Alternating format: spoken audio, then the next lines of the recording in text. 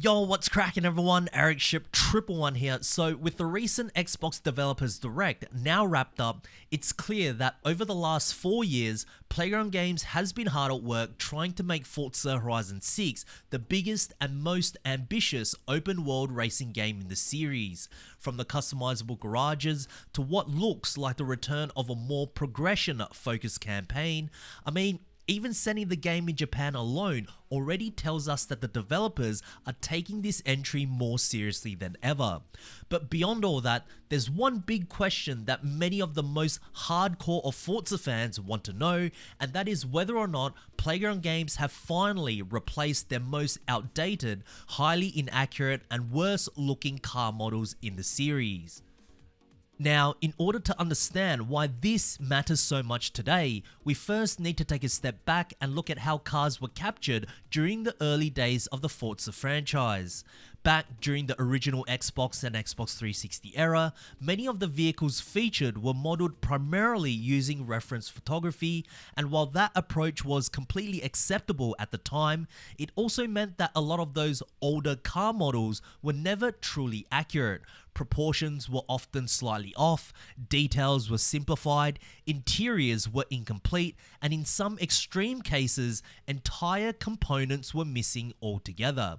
However, as technology continued to advance, Turn 10 began making the shift by adopting laser scanning techniques, starting with Forza Motorsport 4, a major turning point for the series that finally allowed cars to be captured with an unprecedented level of detail and accuracy. But the issue was that Turn 10 never went back to recapture any of those photo-based car models from the earlier Forza games. Instead, they were quietly carried forward to every new release, all receiving a little more texture upgrades, slight improvements to the lighting, in hopes that we wouldn't notice. And for a while, I guess it worked. However, the reason why many of us diehard Forza fans are so critical about these outdated car models is because Turn 10 themselves literally told us this would not happen, not once, but twice. The first time was back in 2013, where during the lead up to Forza Motorsport 5, where the car roster was cut almost in half, Turn 10 explained that this was a necessary sacrifice in order to meet the highest standards for the next generation Xbox One consoles. They specifically stated that many cars and tracks either needed to be heavily updated or completely recaptured, and that anything which didn't meet their internal grading system would simply be thrown away.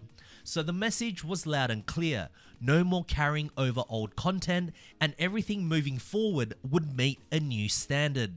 But obviously, that never happened. Which then leads me to the second time, where once again in 2023, Turn 10 claimed that the latest Forza Motorsport reboot was built from the ground up. And yet, despite that statement, some of the very same outdated car models which could be traced back to the original Xbox and Xbox 360 era were present in the game, with the exception of the Subaru Impreza 22B. And unfortunately, by proxy, Forza Horizon inherited this problem too. Because while the game is developed by Playground Games, the vast majority of its car roster was still shared with Turn 10's Forza Motorsport, meaning that when outdated, inaccurate car models continue to exist in Forza Motorsport, they almost inevitably find their way into Forza Horizon as well. So, what about Forza Horizon 6? Some major things have clearly changed behind the scenes. For instance, Turn 10 is no longer actively updating their latest Forza Motorsport title, as they have been, essentially relegated to a technical or supporting role for Playground Games. We've since also got a list of cars that Turn 10 said prior to the official announcement of Horizon 6 that they would actively chase down to rebuild for a future Forza game. And now, with our very first official look at Playground Games' upcoming Horizon title, built in collaboration with Turn 10 Studios, are we finally saying goodbye to all of the infamous recycled car models that have followed this series for 2 decades? Beginning with the Nissan Silvia S15, one of the most criticized cars in the Forza franchise, notorious for its droopy rear, saggy front, tall silhouette, amongst many other problems. However, looking at how prominent this car was featured throughout the developers direct, as well as being included in one of their main trailers, both developer teams know exactly what they're doing. They're showing this car not just because it's very appropriate for the Japanese setting, but it's also a subtle way of communicating to their diehard fan base, look, we hear you, and we're finally taking action. They even gave us a closer look at the car in one of the shots, and if we compare the same vehicle to either Forza Motorsport or Forza Horizon 5, Horizon 6's S15 looks infinitely better. Now, the next car is actually not on the list of vehicles that Turn 10 were actively chasing down, but it's a car that hasn't been updated since it was first introduced in Forza Motorsport 4, and that is the 1997 Honda Civic Type R. Now, how do we know this? Well, this is still one of the very few cars that when you head over to Forza Vista mode, you can't explode the car entirely. Now, as a Honda enthusiast, of course I would like to see the car rescan, all with the proper engine bay, but truth be told, for an Xbox 360 era car, the proportions are pretty accurate. However, if Playground Games and Turn 10 want to achieve the same level of consistency across all of the cars in Horizon 6, then it may be a good idea to rescan the EK9 sometime in the future. But who knows, maybe they already have. But the good news about this car is that we get our first glimpse of the new Forza front bumper and rear wing, which now looks more subtle, as well as the sound being completely overhauled.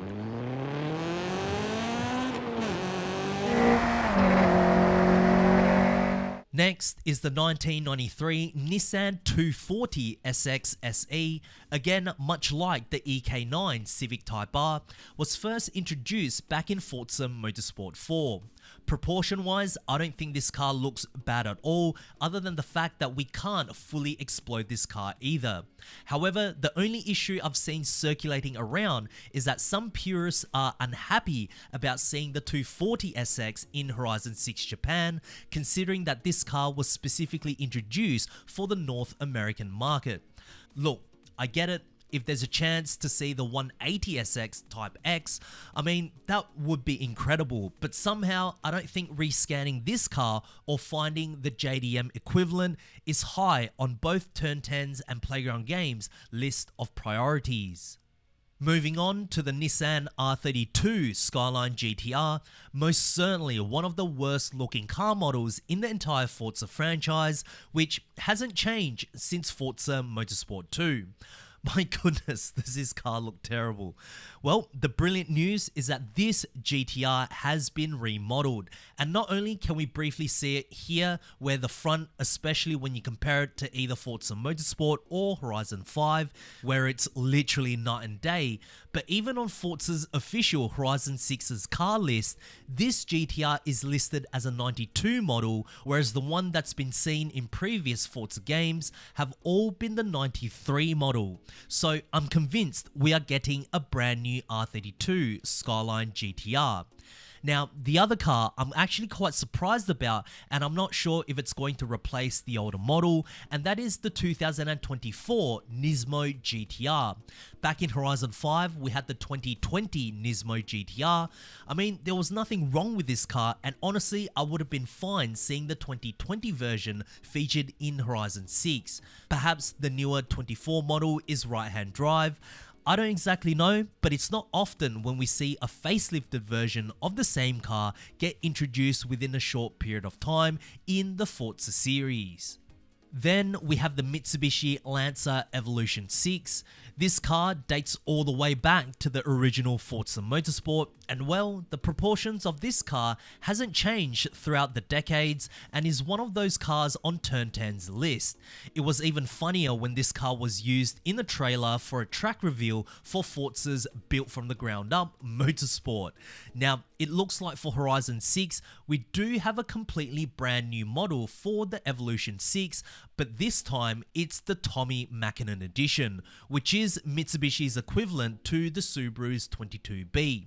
Now, since the Evo 6 in Horizon 5 can equip the Tommy Mäkinen Edition front bar, when we take a look at the images side by side, again, Forza Horizon 6 just looks infinitely better. Now, this Evo, however, isn't new to the Forza franchise, as it was first seen back in the original Forza Motorsport and last appeared in Motorsport 2. Next up is the Toyota AE86 Terreno, another major culprit that has stuck with the Forza franchise for years and is also another car on Turn 10's list of vehicles to source. The overall car proportions for the AE86 has been terribly off, especially with the front bumper being the most egregious as well as the headlights. Some players within the community even speculated that the pop-up headlights were captured from a die-cast model, hence why the edges are so thick. But this is where we get some unfortunate news. Upon looking at the AE86 from the developers direct, it seems like they're still using the same recycled model from Forza Horizon 5, as the headlight reflectors are again way too low compared to its real life counterpart. Now, on the positive note, this is all still very early footage of Forza Horizon 6. The game doesn't come out until May, and I'm sure Playground Games and Turn 10 know that the AE86 will be one of the most driven cars once the game releases. And also, considering that the team has even teased that delivering tofu is something you'll have to do to earn credits, fingers crossed that they pull through and introduce a rescan version into the final game.